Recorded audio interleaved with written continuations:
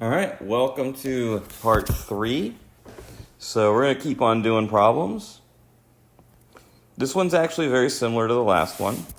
We're given that log of x equaling 2, log of y equals 3.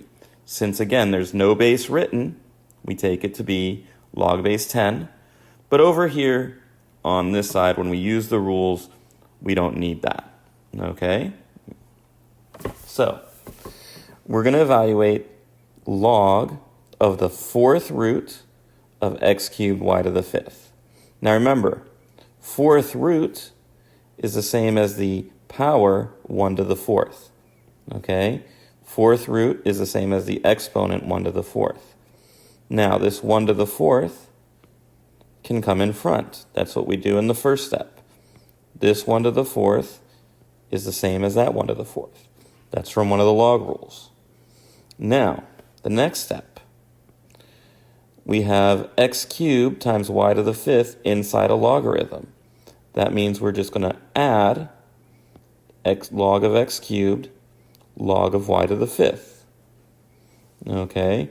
Again, powers coming in front, or exponents coming in front.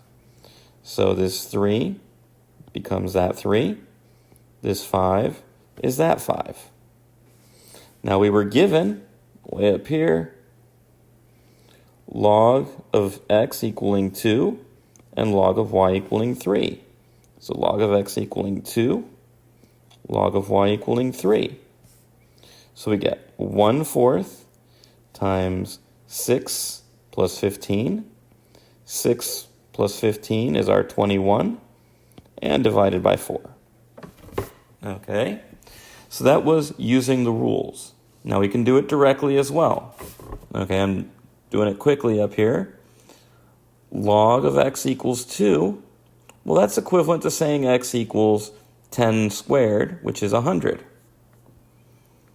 Log of y equals 3 means y equals 10 to the third, which is 1,000. So we're going to take log of the fourth root of 100 cubed 1,000 to the fifth. And if we calculate that, we're going to get 5.25, which is the same thing as 21 over 4. Okay? So this is really, again, like the other way. This is the expected solution. Because I could trick you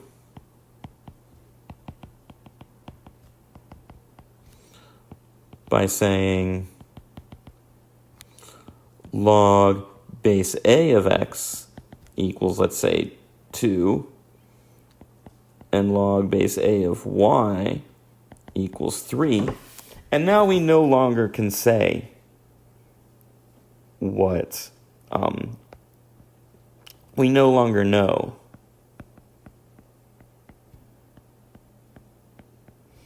that x is 100 and y is 1,000. Okay? So I'm not going to do that, but that's something that you guys got to keep an eye out for, just in general. Okay? Let's do another problem.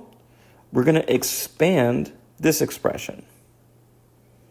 We're going to expand this expression. Now, remember, when you multiply inside the logarithm, you add them. And when you divide, you subtract. So everything in the numerator gets added, and everything in the denominator gets a subtraction. Okay, so the x plus 9 squared, that's a positive. That's in the numerator. Cube root of x plus 5, that gets a positive. X minus 7, when you take this and expand it, it's going to get a negative sign. Even though these are multiplied together in the net, the square root of x plus 8 is in the denominator. So we're going to make that a negative. Okay. Now, remember our little exponent rules for roots. The cube root means you're taking to the power 1/3. The square root means you're taking to the power 1/2. So, putting the exponents in front, the 2 goes in front.